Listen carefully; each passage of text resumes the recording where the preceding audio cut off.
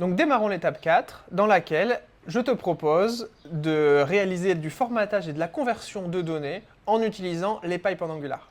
Les pipes sont un bloc logiciel d'Angular qui propose finalement tout un arsenal d'outils pour nous permettre de réaliser des applications web vachement plus performantes, vachement plus rapides, dans lequel on trouve notamment les composants qu'on a utilisés lors de la précédente étape, et puis qu'on va découvrir qu'il y en a sincèrement un bon nombre dans les prochaines étapes de la formation. Concernant les pipes, c'est un point qui est particulièrement important. C'est un outil qui est souvent sous-exploité en tant que développeur junior et qui progressivement, quand on commence à aborder les autres points d'Angular, on voit qu'ils ont un impact assez important sur la performance. Bien utilisés, on arrive à réaliser des choses très intéressantes avec. Sur cette étape-là, du coup, on va uniquement dépoussiérer un petit peu les pipes en utilisant ce qu'on appelle des pipes natifs. Donc en fait, Angular nous propose déjà des pipes. On va pouvoir en créer nous par la suite, mais Angular nous propose des pipes directement dans le framework Angular. Un pipe, il faut voir ça en fait comme une fonction de modification de la donnée pour un intérêt d'affichage. Par exemple, on reçoit un nombre, on reçoit une date formatée d'une certaine façon. Donc je ne sais pas si tu l'as remarqué, mais notamment les dates sont sous un format assez particulier. C'est souvent les années, tirés les mois, tirés les jours. En fonction après du format, tu as un T en majuscule, et puis ensuite l'heure, les minutes, les secondes, etc. C'est un format qui, pour un utilisateur normal, est impossible à voir. Enfin, impossible dans le sens où ce n'est pas le format le plus facilement lisible. Nous, ce qu'on aime bien voir, c'est 27 juin 2024, par exemple. Et encore, ça change en fonction des pays. Il y a certains pays qui veulent le mois avant le jour, etc. Donc, il y a un réel besoin de modifier l'affichage d'une valeur, on va dire, informatique brute. C'est là qu'Angular rentre en jeu, et pas que. On verra qu'en plus de ça, donc les pipes Angular sont également utilisables pour encore autre chose, mais c'est leur principal intérêt. Je te propose de créer des pipes natifs, d'utiliser des pipes natifs, notamment plus ou moins les plus simples, mais il y en a tout à fait encore beaucoup plus. Mais voilà, c'est les plus simples à mettre en place. Donc, number, date et JSON. L'intérêt donc du pipe number va être de formater les nombres que l'on utilise en TypeScript en utilisant des séparateurs pour les milliers et un séparateur pour les nombres décimaux. Ça dépend des pays également encore. Certains utilisent une virgule, d'autres un point, et on pourrait imaginer d'autres cas également. La date, donc je l'ai expliqué juste avant, c'est l'exemple typique. Soit on enregistre ce qu'on va appeler un timestamp, donc un nombre de secondes depuis le 1er janvier 1970, ou alors on essaye d'être un petit peu plus fin, si jamais on veut enregistrer la date avant, etc., on utilisera d'autres formats. Mais quoi qu'il en soit, c'est que derrière, on veut souvent afficher une date lisible pour l'utilisateur. Donc du coup, on utilisera ce pipe-ci. Si jamais on a des besoins encore plus spécifiques, on sera forcé de créer nos propres pipes. Et puis JSON qui permet plutôt d'être utilisé dans un système de debug. Quand on est en train de construire notre application, on aime bien utiliser ce pipe-là, puisqu'il va afficher entièrement un fichier JSON. Et si on regarde un petit peu comment on affiche un objet JSON en HTML, on verra que l'HTML affiche quelque chose d'un petit peu étrange. C'est des crochets object, virgule, object. Donc on n'arrive pas à aller lire ce qu'il y a à l'intérieur de l'objet. Ce pipe, en fait, va permettre ça, d'aller parcourir tout un objet, de l'afficher en entier.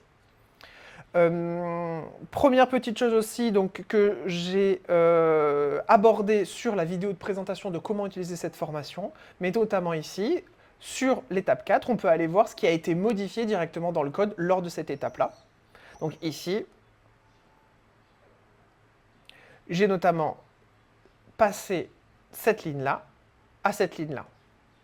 C'est-à-dire que j'ai utilisé le pipe number. Ça, c'est assez important à voir. Donc, c'est un pipe, une barre verticale, qui va dire cette variable-là, amount. Pourquoi c'est une variable? Notamment parce qu'elle est double accolade. Donc, les double accolades vont interpréter ce qu'il y a à l'intérieur. Donc, amount sera la variable contenue dans le TypeScript. Pipe, donc qui va passer la fonction de transformation number.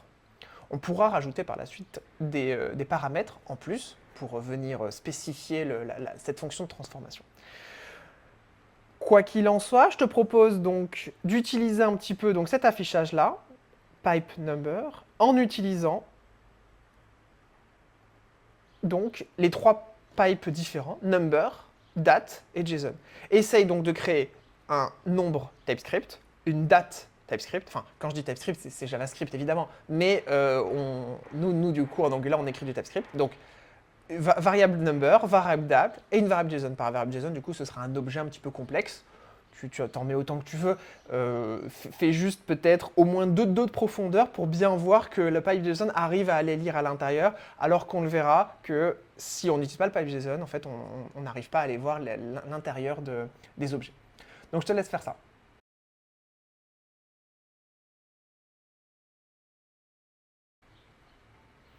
Donc regardons un petit peu maintenant ensemble, qu'est-ce qu'on a mis en place, expliquons-le un petit peu.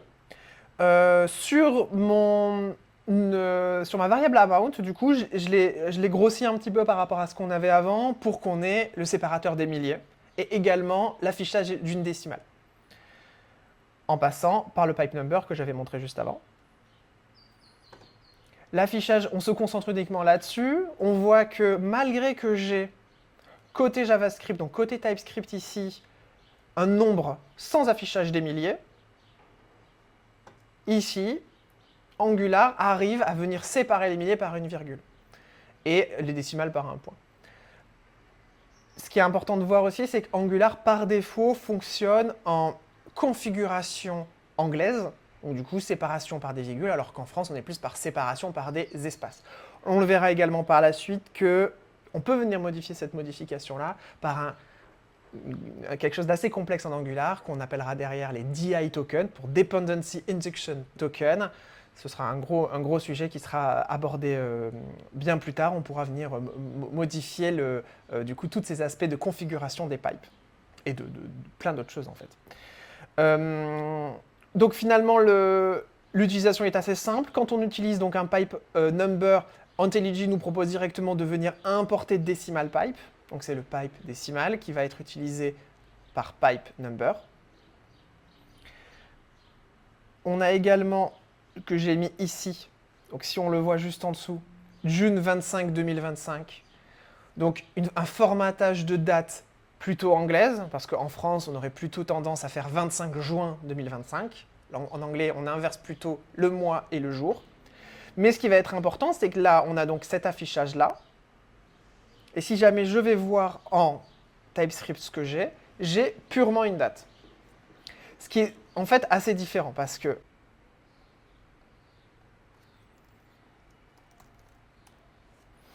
si ici, donc j'affiche directement la date, j'ai quelque chose d'un peu comme ça. Sauf que c'est pas particulièrement lisible, il y a plein d'informations qu'on ne peut pas avoir, qui peuvent ne pas nous intéresser.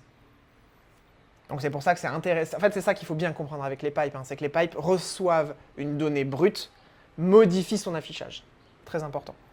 L'intérêt de ça, en fait, c'est notamment d'avoir toujours une seule source de vérité, une seule source de données qui ne vient que d'un seul endroit et qui peut être affichée différemment en fonction d'où on l'utilise. Et enfin, donc j'ai notamment utilisé le pipe JSON avec un fichier, un objet JSON un peu gros, avec des sous-objets, avec des tableaux sous les objets. Donc voilà, je me suis fait un petit peu plaisir, j'ai mis pas mal de petites choses. Et on voit que notre objet ici est totalement lisible. Dans toute sa profondeur, on voit toutes les données qu'il y a à l'intérieur. Je peux faire en fait le même exercice pour voir l'intérêt, et notamment ce qu'on aurait pu avoir.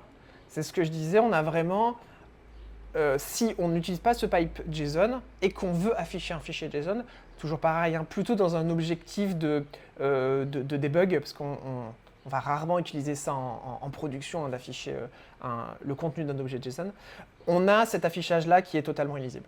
Donc du coup, voilà, ce pipe-là peut être utile pour un petit peu regarder tout ça. Concernant juste cette partie-là, on a fait un petit peu le tour. On va démarrer ensuite sur cette partie-là, donc créer notre propre pipe.